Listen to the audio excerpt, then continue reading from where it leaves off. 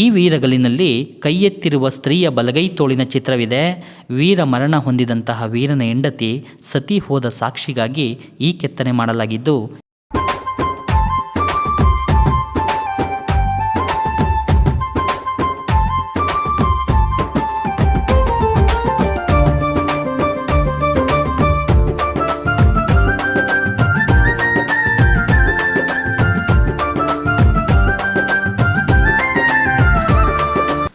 ಈ ದಿನ ನಾವು ನಂಜನಗೂಡು ತಾಲೂಕಿನ ಮರಳೂರು ಗ್ರಾಮದಲ್ಲಿದ್ದೇವೆ.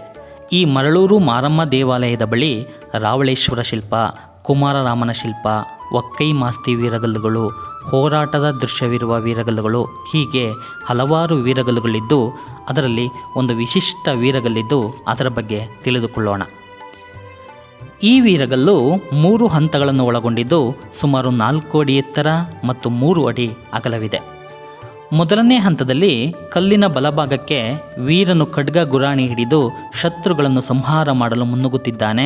ಹಿಂಬದಿಯಲ್ಲಿ ಆತನ ಸಹಚರ ಖಡ್ಗ ಹಾಗೂ ಗುರಾಣಿಯನ್ನು ಹಿಡಿದು ವೀರನೊಂದಿಗೆ ಹೋರಾಡಲು ಮುನ್ನುಗ್ಗುತ್ತಿದ್ದಾನೆ. ವೀರನ ಎದುರಿಗೆ ಶತ್ರು ಪಡೆ ಇದ್ದು ಶತ್ರುವಿನ ಕೈಯಲ್ಲಿ ಬರ್ಜಿ ಹಾಗೂ ಗುರಾಣಿಯನ್ನು ನೋಡಬಹುದು.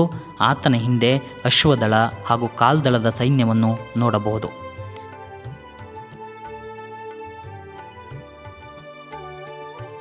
ಎರಡನೇ ಹಂತದಲ್ಲಿ ವೀರ ಮರಣ ಹೊಂದಿದಂಥ ವೀರನನ್ನು ಹಾಗೂ ಸತಿ ಹೋದ ಆತನ ಹೆಂಡತಿಯನ್ನು ಅಪ್ಸರೆಯರು ಸ್ವರ್ಗಕ್ಕೆ ಕರೆದುಕೊಂಡು ಹೋಗುತ್ತಿರುವಾಗ ನೃತ್ಯಗಾರ್ತಿ ಹಾಗೂ ವಾದ್ಯಕಾರನನ್ನು ನೋಡಬಹುದು. ಈ ಎರಡನೇ ಹಂತದಲ್ಲಿರುವ ಮತ್ತೊಂದು ವಿಶೇಷತೆ ಏನೆಂದರೆ, ಕಲ್ಲಿನ ಎಡಭಾಗದ ಅಂಚಿನಲ್ಲಿ ಆನೆಯನ್ನು ಮತ್ತು ಬಲಭಾಗದ ಅಂಚಿನಲ್ಲಿ ಹುಲಿಯನ್ನು ಕೆತ್ತನೆ ಮಾಡಲಾಗಿದೆ.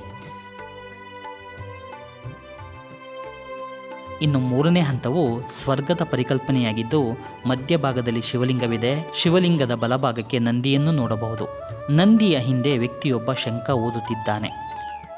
ಶಿವಲಿಂಗದ ಎಡಭಾಗದಲ್ಲಿ ವ್ಯಕ್ತಿಯೊಬ್ಬ ಪೂಜೆ ಮಾಡುತ್ತಿದ್ದಾನೆ. ಆತನ ಹಿಂದೆ ವೀರ ಮರಣ ಹೊಂದಿದಂತಹ ವೀರ ಹಾಗೂ ಸತಿ ಹೋದ ಆತನ ಹೆಂಡತಿ ಭಕ್ತಿ ಭಾವದಿಂದ ಕೈ ಮುಗಿದು ಕುಳಿತಿದ್ದಾರೆ. ಈ ಹಂತದಲ್ಲಿ ಗಮನಿಸಲೇಬೇಕಾದ ಪ್ರಮುಖ ಅಂಶವೇನೆಂದರೆ, ಈ ವೀರಗಲ್ಲಿನಲ್ಲಿ ಕೈ ಎತ್ತಿರುವ ಸ್ತ್ರೀಯ ಬಲಗೈ ತೋಳಿನ ಚಿತ್ರವಿದೆ. ವೀರ ಮರಣ ಹೊಂದಿದಂತಹ ವೀರನ ಹೆಂಡತಿ ಸತಿ ಹೋದ ಸಾಕ್ಷಿಗಾಗಿ ಈ ಕೆತ್ತನೆ ಮಾಡಲಾಗಿದ್ದು, ಈ ರೀತಿಯ ಕೆತ್ತನೆ ಕಂಡುಬರುವುದು ಅತ್ಯಂತ ಅಪರೂಪವಾಗಿದ್ದು ಸೊಗಸಾಗಿ ಮೂಡಿಬಂದಿದೆ. ಈ ವೀರಗಲ್ಲು ಸಹ 3 ಹಂತಗಳನ್ನು ಒಳಗೊಂಡಿದ್ದು, ಮೊದಲನೇ ಹಂತದಲ್ಲಿ ವೀರ ಶತ್ರುವಿನೊಡನೆ ಹೋರಾಟ ಮಾಡುತ್ತಿರುವ ದೃಶ್ಯವಿದೆ. ಎರಡನೇ ಹಂತದಲ್ಲಿ ವೀರನನ್ನು ಹಾಗೂ ಸತಿ ಹೋದ ಆತನ ಹೆಂಡತಿಯನ್ನು ಅಪ್ಸರೆಯರು ಸ್ವರ್ಗಕ್ಕೆ ಕರೆದುಕೊಂಡು ಹೋಗುತ್ತಿದ್ದಾರೆ. ಇಲ್ಲಿ ಗಮನಿಸಬೇಕಾದ ಮತ್ತೊಂದು ಅಂಶವೆಂದರೆ, ಕಲ್ಲಿನ ಬಲಭಾಗದ ಅಂಚಿನಲ್ಲಿ ನವಿಲಿನ ಕೆತ್ತನೆ ಇದೆ. 3ನೇ ಹಂತದಲ್ಲಿ ಮಧ್ಯಭಾಗದಲ್ಲಿ ಕೃಷ್ಣನು ಕೊಳಲನ್ನು ನುಡಿಸುತ್ತಿದ್ದಾನೆ. ಆತನ ಬಲಭಾಗದಲ್ಲಿ ವ್ಯಕ್ತಿಯೊಬ್ಬ ಪೂಜೆ ಸಲ್ಲಿಸುತ್ತಿದ್ದಾನೆ. ವ್ಯಕ್ತಿಯ ಹಿಂಭಾಗದಲ್ಲಿ ಶ್ರೀಕೃಷ್ಣನ ಕೊಳಲಿನ ನಾದಕ್ಕೆ ಹಸು ಸಂತೋಷದಿಂದ ತಲೆ ಎತ್ತಿ ಆಲಿಸುತ್ತಿದೆ. ಹಸುವಿನ ಹಿಂಭಾಗದಲ್ಲಿ ಹಾವಿನ ಕೆತ್ತನೆ ಇದೆ. ಹಸುವಿನ ಮೇಲ್ಭಾಗದಲ್ಲಿ ಹುಲಿಯ ಕೆತ್ತನೆಯನ್ನು ನೋಡಬಹುದಾಗಿದೆ.